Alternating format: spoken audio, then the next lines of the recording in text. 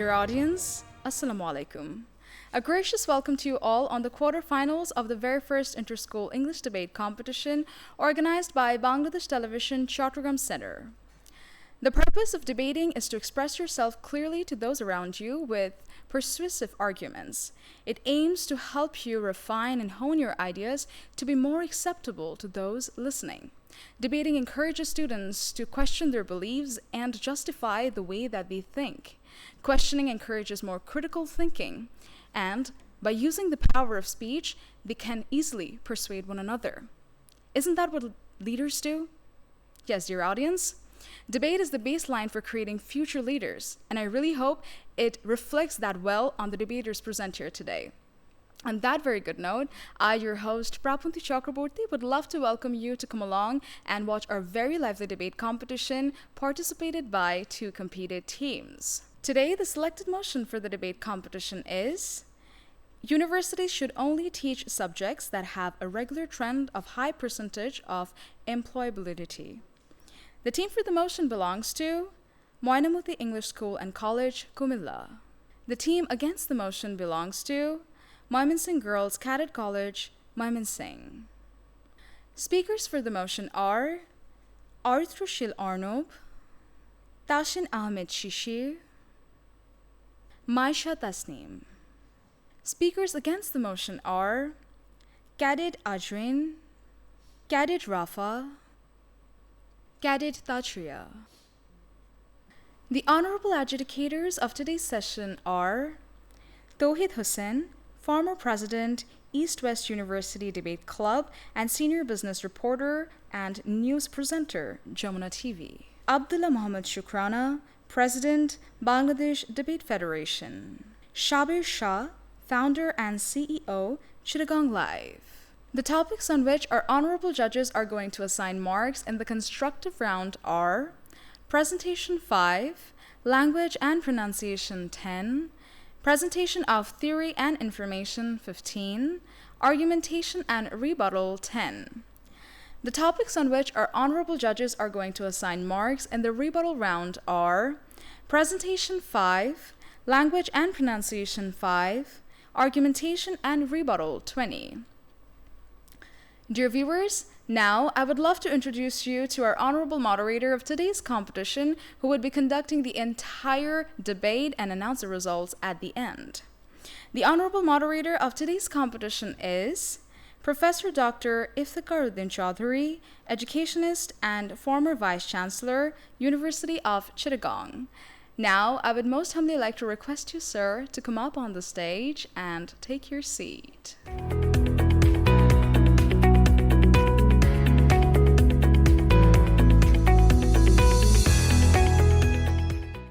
Before we start the debate, I would like to inform you about the order and time allocation of each debater. Each debater will get 5 minutes to present his or her speech. An alarming bell will ring on the 4th minute and the final bell will ring on the 5th minute. In the rebuttal round, both the team leaders will get 2 minutes each.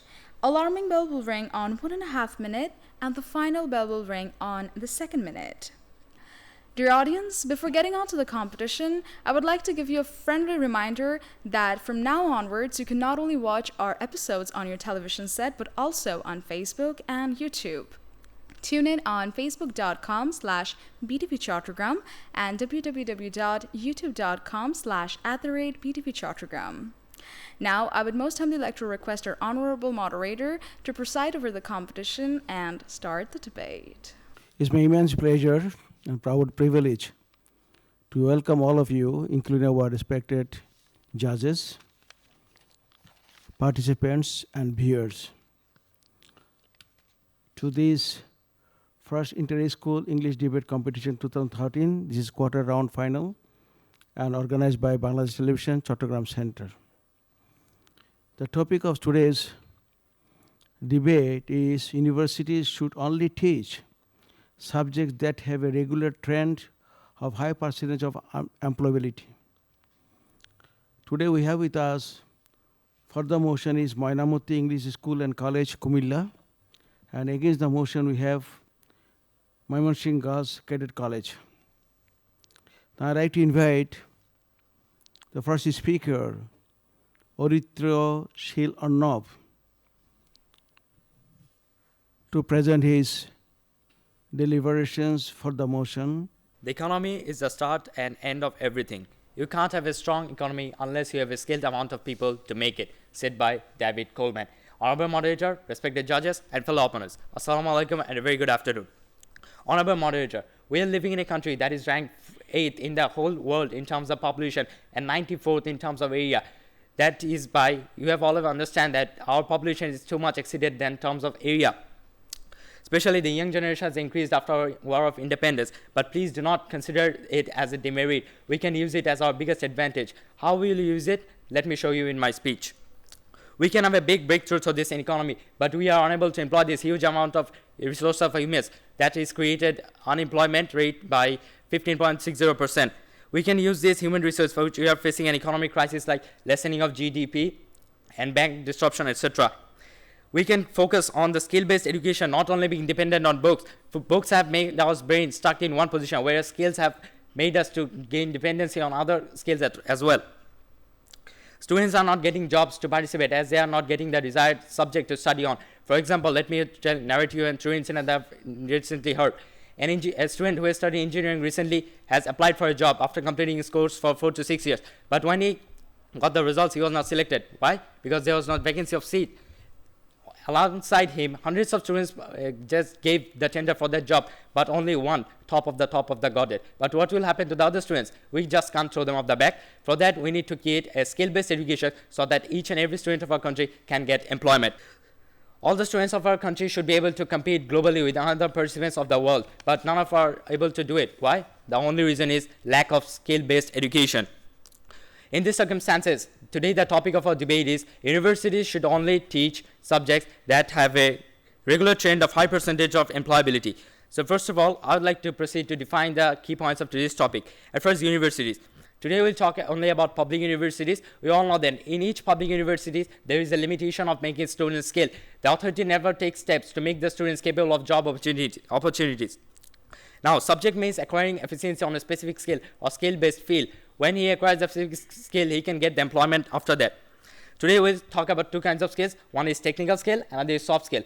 Here, I'd like to mention that soft skill means communication, leadership, and networking skills. And technical skill refers to digital literacy, data analysis, and coding. Today, we are not saying that the present education system is irrelevant or valueless, but we won't eliminate this from our education system. Rather, for focusing on the achievement goals of Vision 2041, we have to focus on the universities. They have to teach the subjects that are more relevant to the employment crisis of our country.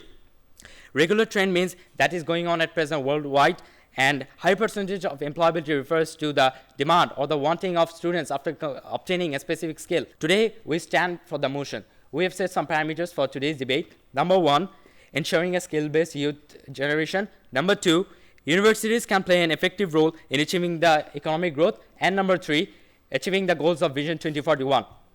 I, as the first speaker of the supporting team, would like to explain the first parameter. The second speaker will explain the second parameter. And the third speaker will explain the third parameter and summarize the whole topic. So let's proceed to the first parameter, that is ensuring a skill-based generation. Honorable Speaker, as I've already mentioned in my earlier speech, that young generation of our country has increased a lot, for which the unemployment crisis has also arisen. But when will be a person employed in a country? He has to show his skills that I am worthy, I can do this job, I should be given the job. But for that, he has to outclass his skills. Today, we are living in a global village. People will be offered job only if they outclass their skills. They can join in a multinational company or a business firm by the judgment of their skills and the contribution of the economic development of a country. Even if they can't do something in our country, they can send revenue or remittance to our country by working abroad. Now you can ask me the question, how will they go abroad? For that, they also have to show the skill, the specific skill for why the abroad foreign country will take you for exchange of their abilities. For example, if a person is expert, has mastery of ICT skills, he can get job in a software-based company like Google, Microsoft, or Facebook. Let me give you a point of information that Microsoft has the second largest number of engineers working in it, and most of them are Indians. Another thing is Sundar Pichai, the CEO of Google, Ananda Borga, the president of World Bank, Shantanu Narayan of Adobe, and many more. all of them are from Indian origins. How is it possible? Because they have outcased their skill. They have not been drowned in books all day long. They have focused and emphasized only one skill, and now they have been able to come to the top position at present. Otherwise, they won't be able to take in the top position without the showcasing of skills. Only because in every aspect of a country, a skilled person can contribute to it by focusing on the outskills of a country and then contribute to the economy of a country. And the goal that we're looking forward to become a developed country, to achieve it within 2041, we can't do it without the proper implementation of skill-based education. Now, when a person becomes skilled, he does not have to hanker after a job another, because he gets the recognition of their study. Now, the opposition may say that we can obtain everything by following the education system at present. Then why did not get the results by now? Please answer the question to me after that.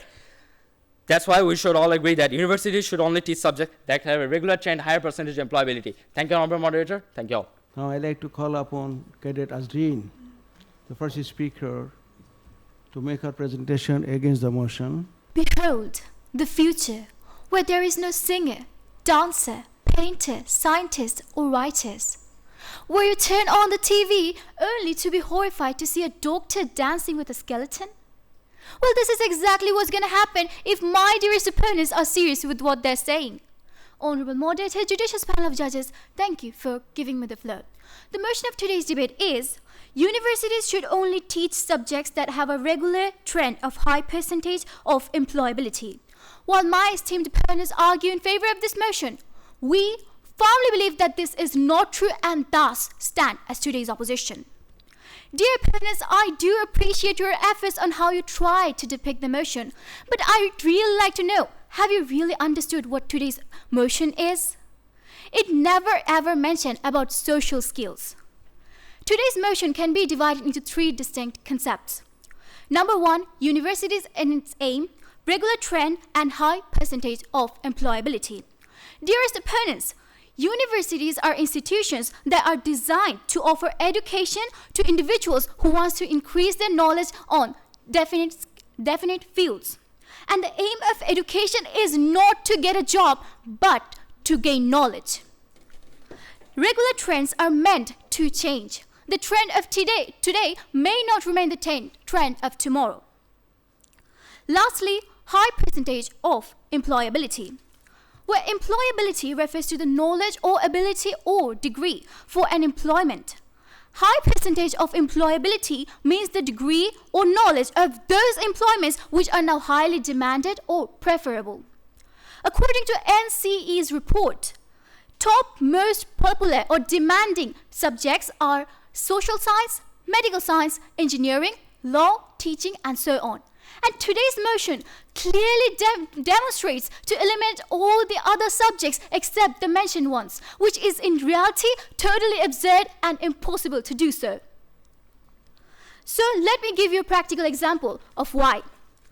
Daily Star says only 1,11,222 students get to study medical science out of 7,39,217 students, and only 33% of students can make it into engineering.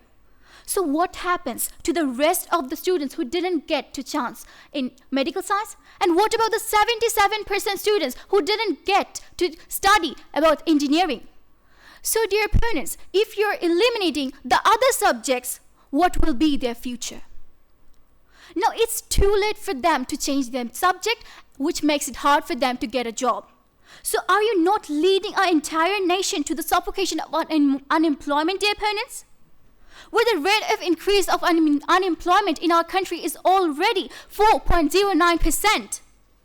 The BSMRAA, or Bangabandhu Sheikh Mujibur Rahman Aviation and Aerospace University, was built by the Bangladesh government quite recently. But we don't really have sectors for this job yet. Still, why did the Bangladesh government build a university to teach them aeronautical engineering, dear opponents? Because clearly we have a great opportunity of an absolutely amazing outcome of this subject. But if the government didn't even take the initiative to teach the subject, would we have even thought about the possibilities of my learned opponents? According to LinkedIn, 85% people over the countries are dissatisfied with their job, where 23% of them are quitting. Because when a student is forced to study a subject they don't like, he finds himself struggling with what he will make out of him. And even if he gets a job, he becomes less productive, less engaged, and at worst, he quits. Imagine a world where legends like Rabindranath, John Labidin, Einstein never came to be because they didn't get to study their subject because my dearest opponents already eliminated them. What an irony, isn't it? In conclusion, I'd like to say that universities should not. Education needed to become a world-class person needs to be imparted in the university, which is not just job-oriented. And it's not justified to believe that universities should only teach subjects which are related to trendy jobs. Rather, it should provide a holistic education. And with the hope that my dearest opponents will understand that what I presented today on this stage, for your sake, for our sake, and for the whole nation's sake, universities should not only teach subjects related to trendy jobs. With this, I conclude. Thank you all. Now, I like to invite our second speaker for the motion from Mainamati English School and College, Cumilla, Tasin Ahmed Shishir. A skilled man is capable of undertaking a learned man, said by Sir Thomas Shelby. Honorable moderator, respected judges, and my fellow opponents, Assalamu alaikum and a very good morning. Today, our topic is we stand for universities should only teach subjects that have regular trend of big opportunities or percentage of employability. At first, giving the rebuttal of your speeches, where you mentioned about one, employment, economical loss. So just honorable moderator, just think you are going to a war without knowing without having any skills or knowing anything about your weapon. Will you fight against your enemies? Economy is that war and employment is that weapon. When a person is employed, then economy is improved. And when it comes to at least production, they said about the man who is getting employment has at least leave the production, but they are at least productive and they work for some time for the economic development. And they said about Rabindranath Tagore and Kazi Nazrul Islam. For your kind information, learned opponents, that Kazi Nazrul Islam wasn't educated and Rabindranath was failed in his 6 standards and he left the schools. So what will you say? They hadn't have skills. They had skills, that is why they have become so famous and they are known to us. We can see very much grammatical mistakes in their poems, but do we care? Because those grammars were changed after their death. And our grammatical evolution is going on.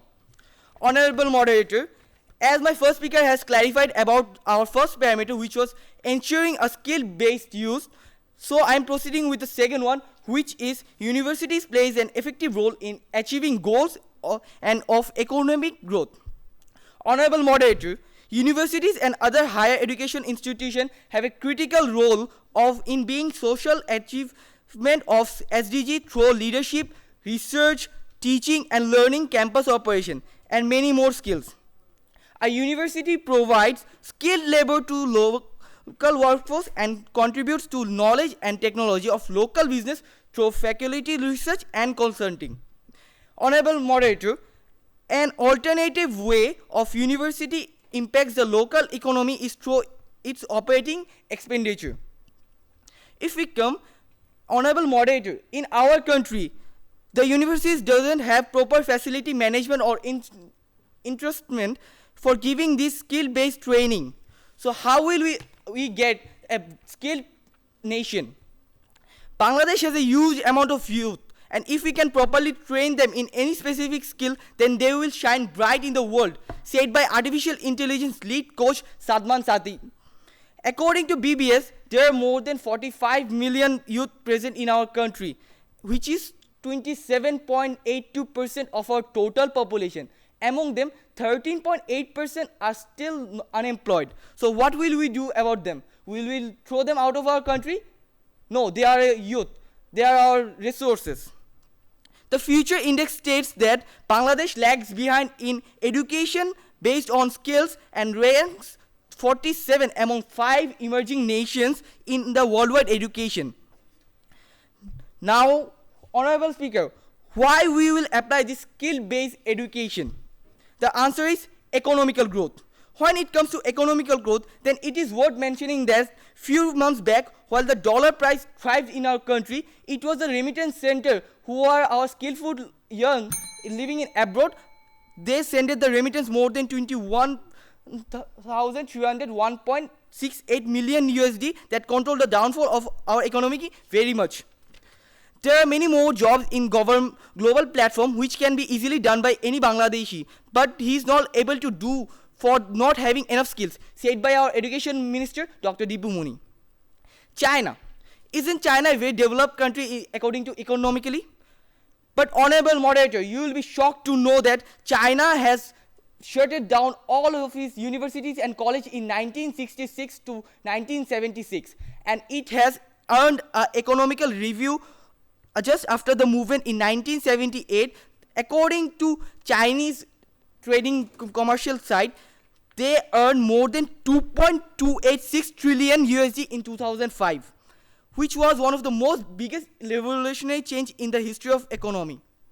Honorable Moderator, if you look into any developed country like USA, UK, Russia, France, Spain, China, Japan, etc., they are all implementing more on this skill development. With this, I would like to conclude my speech, and I am standing with the motion. Thank you, Honorable Speaker, for giving me the floor. Assalamu alaikum. Now I like to invite Cadet Rafa of Mymensingh Girls Cadet College to make her presentation against the motion. Suppose we've finally accomplished time travel, and now 1916 and 2023 have merged. Well, I'm a university receptionist. I'm sorry, Mr. Einstein, but we can't give you physics or mathematics because my dearest opponent have already shredded down the faculty because he supports employability over what we like. I'm so sorry, but you can keep your theory of relativity in your pocket and we can call you back maybe after 50 years later when we have sense in our minds and a new trend. Well, you can take IT sectors, you can take ICT instead of physics or mathematics. Most Honorable Moderator, thank you for giving me the floor. Let me start with a very strong fact before I get in. According to UNHRC Human Rights Act, Article 10, all humans have the right to expression and expressing their feelings. Protocol 1, Article 2, all human beings have the right to education, and thus, when both are merged together, all human beings have the right to education while expressing their feelings, and thus have the right to educate themselves of the type of education they like and they prefer. So, from the start, Honorable Moderator, my dearest opponent have chosen a flawed viewpoint. So, what is the point of university, my learned opponent? I'd like to ask you that.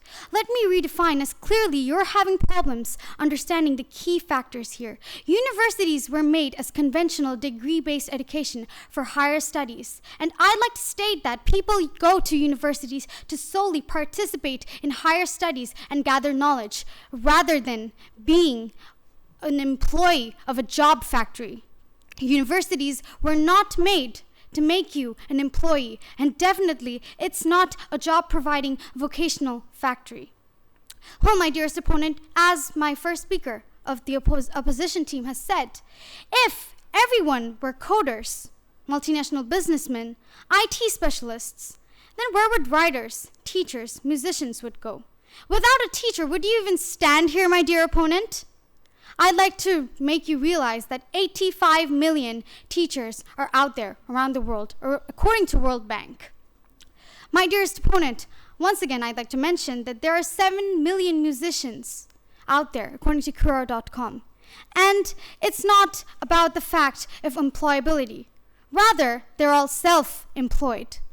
You're making basis on the fact of employability, but why come to the factor of employability? It's the 21st century, my dear opponent, and not only universities are the only way to state employability.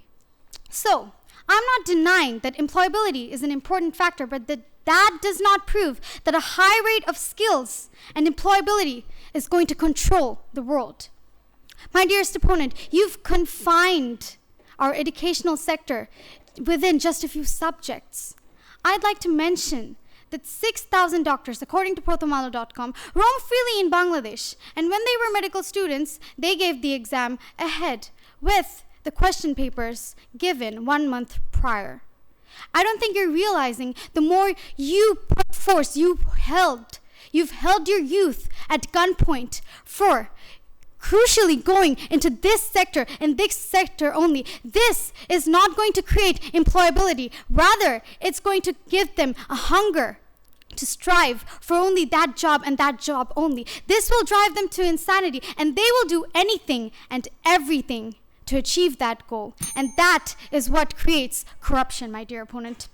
My dearest opponent, you've mentioned that Qazi Nazrul Islam was uneducated. Well, I'd like to stand a point here, but since you have gone out of topic, I'll say it anyway. You read books written by Qazi Nazrul Islam. Your education is based on the poems of Qazi Nazrul Islam. I think it's quite disrespectful to say his vocabulary was mistaken. So, my dearest opponent, I think you've confused yourself with the motion, because clearly your motion has sang the same song, which is skill-based economy. Well, skill-based economy does not come from coding, IT sectors, engineers, and ICT specialists only. Sorry for your kind information, my dear opponent. Skill comes mainly, according to MIT, 60% of skill-based employability states come from humanity-based subjects. Yes, subjects such as sociology, subjects such as psychology. Yes, my dearest opponent. So it is not about the job market or dynamics. We, as a state, must move. And this skill-based employability, this skill-based education system is not going to work. With this, I'd like to conclude here. Thank you all. Now I'd like to invite Maisha Tasneem, the team leader for the motion, and she's from Mainamati English School and College, Cumilla. Once a great writer, Shukanta Bhattacharya said that the world is prosaic in the state of hunger, and the full moon is like a scorched bird. Honorable Moderator, respected judges, and my fellow opponents. Thank you, Honorable Moderator, for giving me the floor. As the third speaker of the team supporting the motion, I'll at first summarize our team's case and explain the third parameter given by my first speaker. But at first, let me explain how the opposition was wrong. First of all, we are talking about the regular trend in education that the universities should follow. And you are talking about Einstein. Einstein was in the 1960s or in the 1910s, so which is of course not relevant. Now, you have given an example of Einstein which is quite not logical, and my first speaker has already mentioned that we will focus on the development goals, for which we need to focus on soft skills and technical skills. The first speaker of the opposition team has said that we are focusing on social skills, but actually we are focusing on soft skills, not social skills. And the second speaker of the opposition team also said about Qazi Nazrul Islam, we did not disrespect him. We are reading books of him because he was also skilled in language. Language is one of the most soft skills known in the whole world. We are focusing on the skills that helps us in developing our economy, growth, and knowledge. We are not saying that we will permanently not focus on the things that are like doctorate or engineering. We are saying that until we develop our country for the SDGs and Vision of 2041, till then we need to focus more on our economy, which will also help us in our education later. Now, let me go to the third parameter, because my first speaker and second speaker has already the first two parameters. The third parameter was that achievements of the future goals of Vision 2041.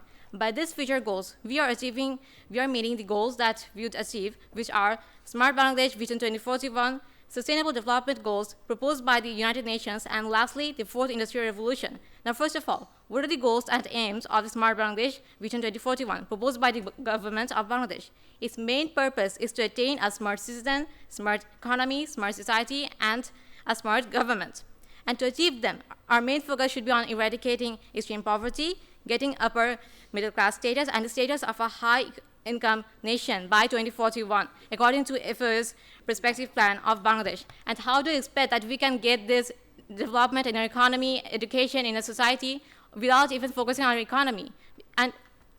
And my first speaker has already explained that we are talking about the public universities. In the public universities, the sources for education is very limited. So of course the students cannot focus, cannot get the facilities, because of which even if they graduate somehow, they need to do other skill courses which gets them to being a doctor. So how is that relevant, my dear opponents? Now, let's talk about the 17 Sustainable Development Goals proposed by the UN in 2015. We all know that these goals are revolving around the sustainable development of a country, and the key issues of which are the fourth goal, which reminds of us quality education, and the ninth goal, which is a sustainable economy. And we can only ensure it when our citizens are employability related with an effective education, which can only be ensured when you're focusing on education that is skill-based, because without a skill-based education, we can never increase our economical status. Now, let's move to the fourth industrial revolution. This industrial revolution aims on economic growth, long-term learnings and skills, and sustainability of a country. Now, so what is common among all these goals that we're talking about is the economic growth that is rapidly needed for achieving them. And how we do that? By giving our students an education that makes them proficient in the field of their own professions, by increasing their employability. But unfortunately, Honorable Moderator, only 14% of students in Bangladesh graduate with technical qualifications, while the 86% only has a general qualification, which eventually decreases employability. And in this way, our students' knowledge are being decreased, and also our economy is getting more decreased. Our GDPs are getting lacking, and we need to fix it as soon as possible. Now, let me summarize our parameters. The first parameter was that ensuring a skill-based youth, which has been explained by the first parameter. Let me give an example, Honorable Moderator. Kiran Kazi, a software engineer, got a job in SpaceX and graduated by the age of 14 because he was skilled in computer science and engineering, which provided him with employability. And anyone, even if they're of the age of 24, can get these skills and get this opportunity if they are getting natural skills. Honorable Moderator, let us move to the second parameter explained by my second speaker. Honorable Moderator, a theory by British economist John Keynes proves that when people are employed, they will have money to spend on goods and services, which will spur businesses to new economies, to new jobs. Now, let's proceed to a third parameter, which was explained by myself. For example, suppose we are a fruit, the goals and aims that we're talking about are the fruits of a tree. But to even get that tree to grow, we first need to plant a seed. And the seed is we'll get to plant a seed only when we'll agree with today's topic. And that's why I hope you all agree with this motion and topic. Thank you all. Now I'd like to invite Cadet Tazria to make her presentation against the motion. Learned opponents, imagine a world where universities only teach subjects that promise high employability. Well, it might look like something like this. The departments of ice cream tasting, because clearly we do need professional ice cream tasters for the world to be running. Well, jokes aside, it's essential to recognize that education is about more than chasing the flavor of the month in the job sectors. Most honorable moderator, respected panel of judges, learned opponents, greetings. Today I welcome you to this side of this house where me and my team are firmly standing against today's motion. But before I come to my own arguments, honorable moderator, I'd like to start with some shortcomings of my opponents. The first speaker mentioned that they want to prioritize degrees that align with current job market demands. But learned opponent, how are you going to account to the fact that job markets are rapidly evolving, the trends are rapidly changing, and what's highly employable today will not be highly employable tomorrow? And I guess that is known to you, as your first speaker has already mentioned, but the thing that might be new to you is an article published in 9 June 2023 in snn24.com, which says that according to World Economic Forum, 65% of children who are entering the primary school today will have jobs that do not even exist today. And so instead of gun pointing your children with only the trendy subjects, you should be encouraging them to pursue their passion, develop diverse skills, and make them more adaptable to the changing job market. And My learned opponent, I want to request you that you should try to analyze the motion on your favor. You have been speaking for the last 25 minutes on our favor. I'm sorry, but I think you should try it again. Now, the first speaker has already mentioned they have vaguely tried to emphasize the importance of properly implementing the students for gainful employment, but we should remember that the sole purpose of universities is that extends beyond vocational training. And according to Chris Lee's paper on the artstechnica.com, it stated that universities cannot fulfill the myth and they cannot become vocational training school. You've mentioned that we need to develop the skills of our students through universities, but they cannot become vocational training institutions, learned opponents. And according to Allison Academy's report on child development, the main purpose of education is to provide the opportunities for acquiring knowledge and skills that will enable proper people to develop their full potential and become successful people of the society. So limiting education to only high employability may undermine these goals.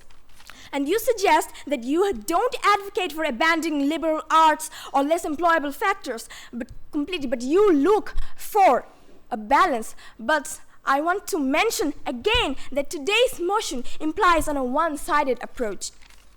Shining chairs. Some of the most significant innovations come from interdisciplinary approaches and unconventional thinking. For example, biotechnology and computer science gave birth to bioinformatics and genetics, and narrowing university learning to high employabilities, and narrowing university learning to subjects that give us high employability ignores the importance of diverse fields. If university only taught us subjects that give us high employability, that we would never have Steve Jobs, learned opponents. Steve Jobs was a college dropout, and he combined calligraphy and technology to revolutionize the personal computing, and Apple would be a fruit-selling company. Now imagine if we ignored all these unconventional thinkers and interdisciplinary pioneers throughout the history, that we would miss on all the revolutionary innovations. That's like saying, sorry, Mr. Darwin, you cannot explore your theory of evolution because we don't see a job sector for that. And according to the United States Bureau of Economic Analysis, reported that arts and cultural production contribute 8.77 billion in the U.S. economy in 2007, and they represent 4.5% of the nation's GDP. My dear opponent, you're saying that we should not study these subjects, but clearly you have not seen the clear contribution that these subjects have. Just imagine a world without artists or graphic designers, just a bunch of folks in the coffee shop discussing about spreadsheets and PowerPoint presentation. Pretty thrilling, right? Well, we do acknowledge the importance of financial stability, but it's not the sole purpose of education. It's like saying we should only eat vegetables because they are healthy. While true, a diet of only broccoli would be bland and unfulfilling. Education should nourish the mind and spirit, not the bank account. On this very note, I'd like to conclude my speech here. Thank you, honorable moderators. Thank you, everyone. Now the time for refutation of the argument. I call upon Maisha Tasneem, team leader, to refute the arguments for the motion.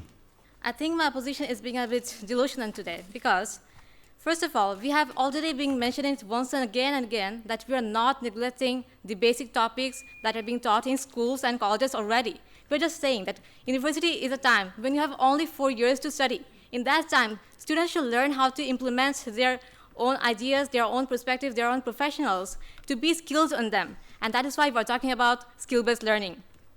Now, they have mentioning it again and again that if we are making it permanent, that we will be always on this skill-based education. But no, we will just implement it till we gain these SDG goals, the vision of 2041. When we're economically stable, on that time only we'll be able to implement all these things in our education.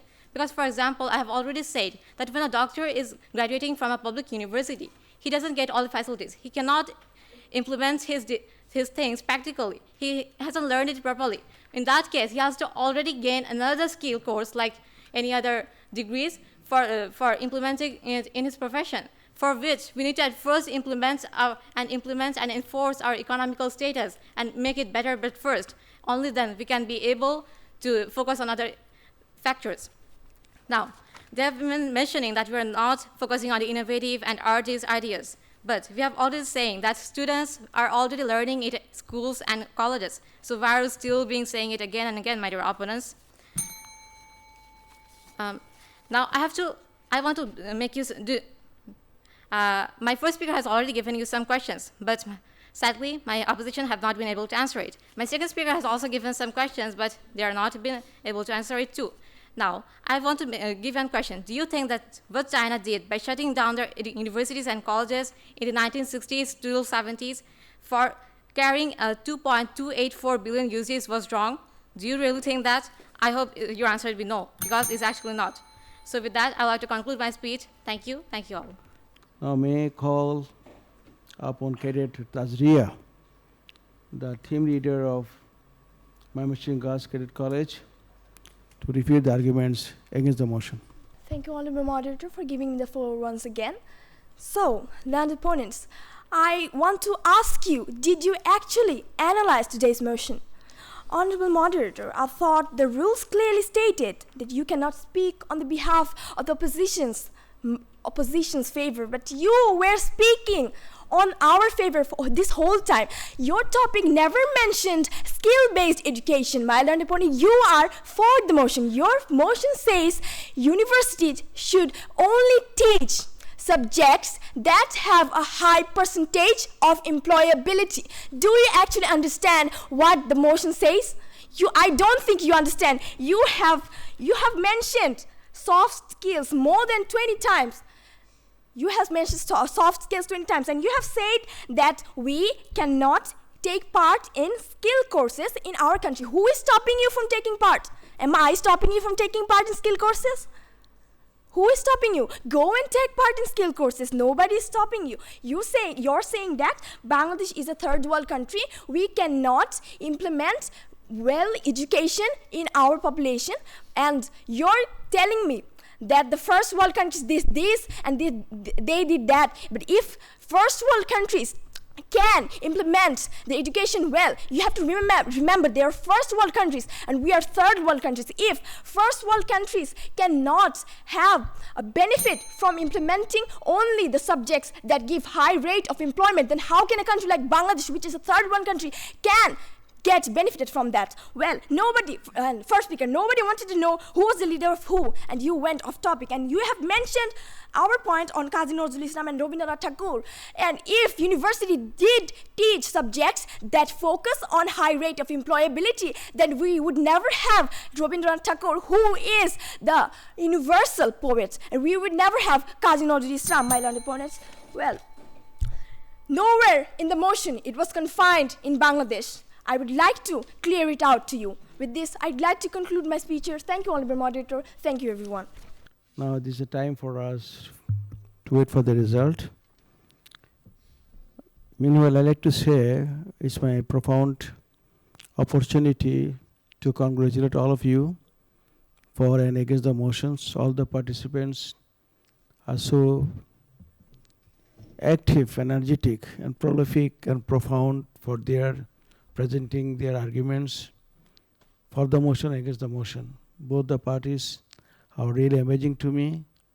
I like to really congratulate all of you.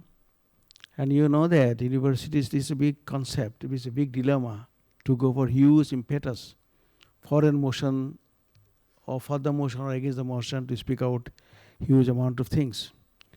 But definitely you understand what is the real happening in the whole globe as well, Bangladesh as well. So the percentage unemployment rate is very high in Bangladesh, as you said, 4.09. And of course, definitely, you know, we need to have different subjects. I don't mention like that what are the necessary subjects that we have to choose for the universities, but you have to find the ways how we can improve the situation of the quality of education and how we can move forward to choose the subjects that we can take benefit from those subjects to benefit the country and the globe as large. So I have now results in my hand. Winner team of today, Mymensingh Girls Cadet College, Mymensingh. Okay, now I'd like to I am very happy to declare the best speaker's name. She is Cadet Azreen of Mymensingh Girls Cadet College. So congratulations to all of you who took part in this debate competition organized by Bangladesh Television Chattogram Center. This is the first inter-school English debate competition 2023. This is the quarter round final. So again, I'd like to offer my heartiest thanks to all of you, to all the viewers, to all the respected judges, and all the listeners. Thank you very much.